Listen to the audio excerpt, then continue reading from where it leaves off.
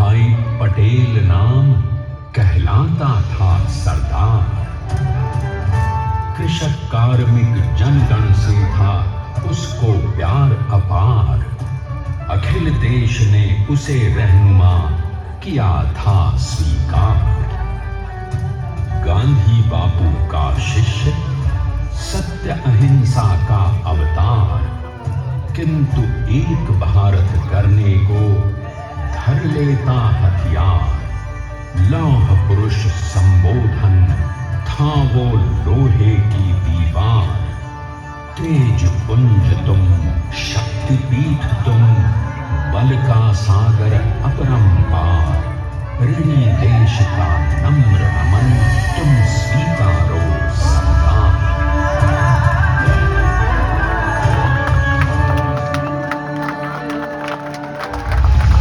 1857 में अंग्रेजों को ललकारने वाले पहले स्वतंत्रता संग्राम के एक सक्रिय सिपाही थे झवेर भाई पटेल। करमसद गांव के इस बहादुर देशभक्त किसान और उनकी पत्नी लाडबाई के 5 बेटों और एक बेटी में से चौथे पुत्र थे वल्लभ भाई। बालक वल्लभ ने करमसद के बाद नडियाद से अपनी हाई स्कूल की शिक्षा पूरी की। फिर 13 साल की उम्र में उनकी शादी भी हो गई छोटी सी झवेर बाई से। 2 बच्चों, बेटी मणिबेन और बेटे डाया भाई को जन्म देने के बाद झवेर बाई असमय ही चल बसी। सदी बदलने और 20वीं सदी आने पर उनका जीवन भी एक चमत्कार की तरह बदला। पीडर का इम्तिहान पास करके वो वकालत करने लगे। पहले गोधरा, फिर आणंद और उसके बाद अहमदाबाद में। मगर जल्द ही वकालत छोड़कर वो बैरिस्टर बनने की इच्छा से इंग्लैंड चले गए। लंदन में बैरिस्ट्री में अव्वल आने और वजीफा जीतने वाले वो अनोखे भारतीय थे। अब तो अहमदाबाद की वरिष्ठ अदालत में बैरिस्टर पटेल की जिरह और जीतों की धूम मच गई।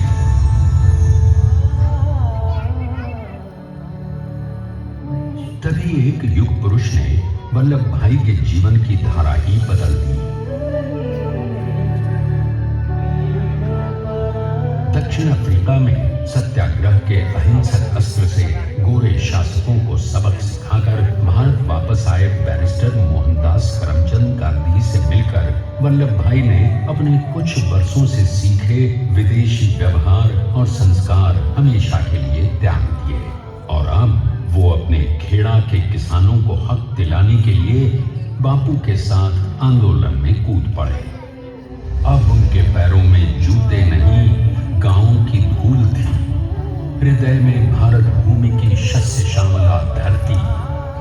मन में थे गांधी और मस्तिष्क में एक नए स्वतंत्र भारत का सपना।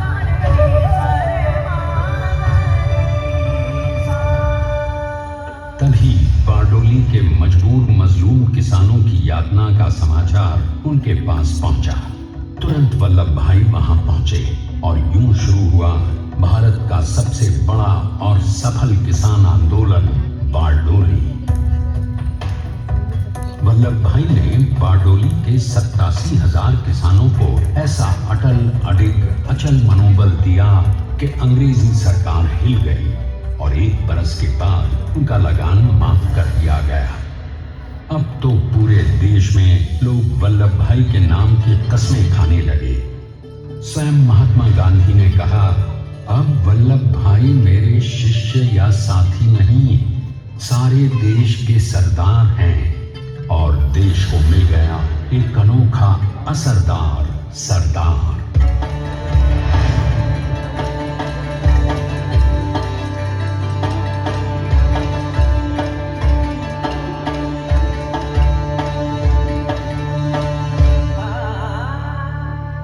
सरदार पटेल के नाम और देशभक्ति से अंग्रेज डरकर कांपने लगे।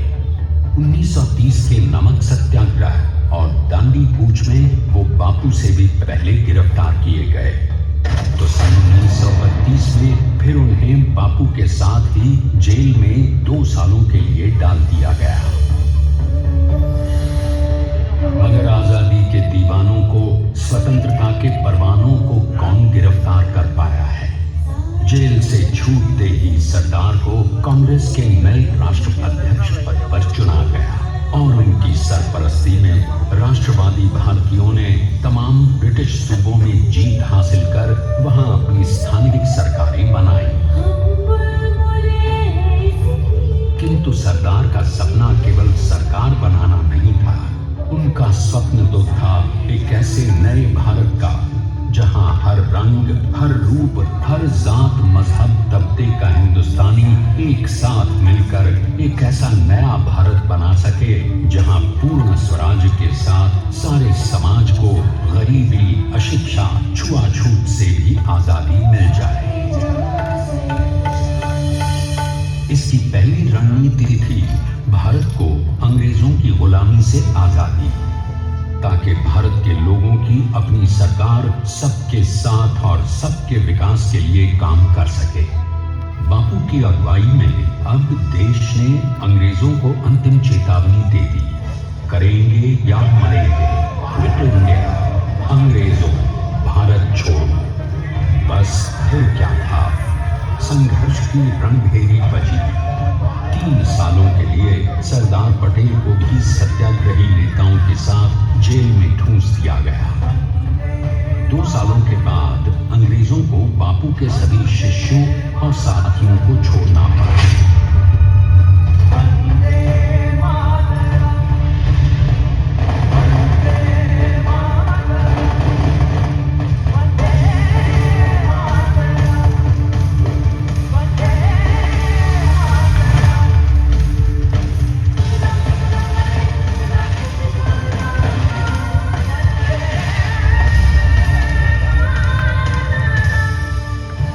स्वतंत्रता के स्वप्न के सच होने के साथ अब सरदार पर कई एक नई जिम्मेदारियां थीं। आने वाली आजादी की तैयारी और एक नए भारत के लिए नए लोकतांत्रिक संविधान की संरचना। जैसा उनके साथी ने खुद कहा था, सरदार ने ही 6वीं हथौड़ी लेकर एक नए भारत को उकेरा है।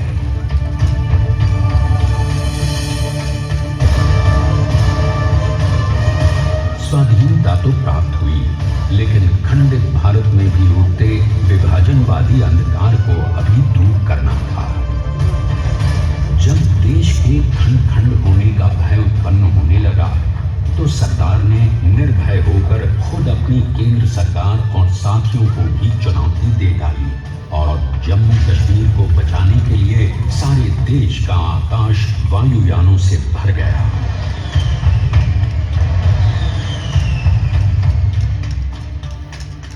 फिर हैदराबाद और जूनागढ़ के भारत में विलयीकरण को पाकिस्तान से चुनौती मिली। सरदार चाहते थे कि देश की 1 इंच धरती अब और विभाजित नहीं होनी चाहिए। नए भारत को एक करने के लिए समझा बुझाकर, मना कर 565 रियासतों को सरदार ने अपनी सूझबूझ, सदाशयिता, संबल से एक नए स्वतंत्र भारत का अभिन्न अंग बना लिया। हमारे इतिहास में अखंड भारत के पुरुषार्थ का ये एक महानतम अध्याय है।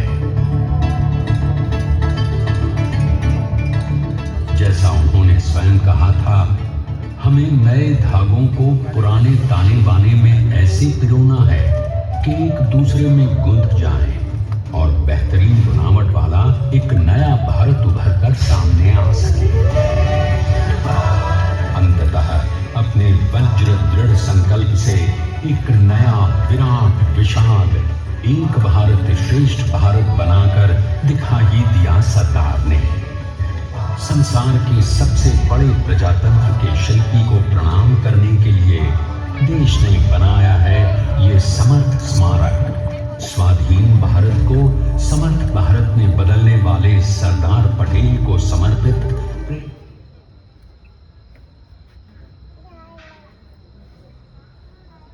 में बनी विश्व विश्व की इस विशालतम प्रतिमा के सामने आकर सारी दुनिया जैसे स्वयं ही नतमस्तक हो जाती है।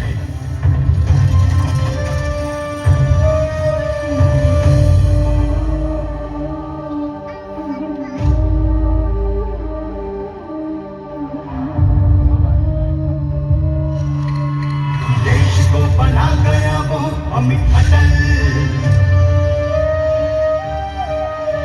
हरा सका उसे न कोई शत्रु दल। चट्टान के समान सा पुरुष प्रबल, पटेल तो स्वदेश का सम्मान है, पटेल तो स्वदेश का सम्मान है, पटेल तो स्वदेश का सम्मान है, पटेल तो स्वदेश का सम्मान है।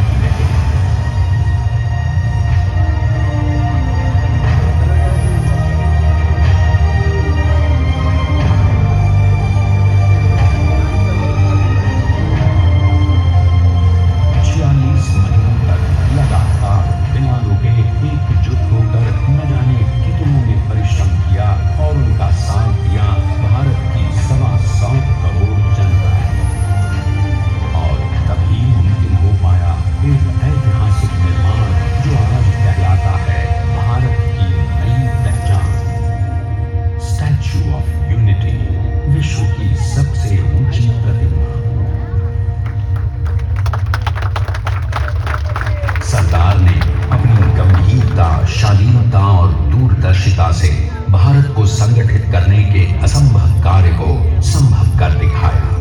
आइए आज हम सब उन्हीं की महिमा में विश्व के सामने एक उदाहरण रखें, क्योंकि ये ही भारत को श्रेष्ठता के मार्ग पर ले जाएगा। हमारा कर्तव्य है, हमें निश्चय कर लेना चाहिए कि हमें हिंदुस्तान में जितने लोग हैं सबको मिल के भाई भाई की तरह के रहना है। स्टैच्यू ऑफ यूनिटी एकता की प्रतिमा और श्रेष्ठता का प्रतिबिंब है। एक पहल है इस अखंड भारत को श्रेष्ठ भारत बनाने के सपने को पूरा करने के लिए। एक पुकार है हम सबको एकजुट होने के लिए। एक आंदोलन है भारत को सबसे आगे ले जाने के लिए, श्रेष्ठ बनाने के लिए। आपके योगदान और विश्वास से ही बनेगा एक भारत श्रेष्ठ भारत।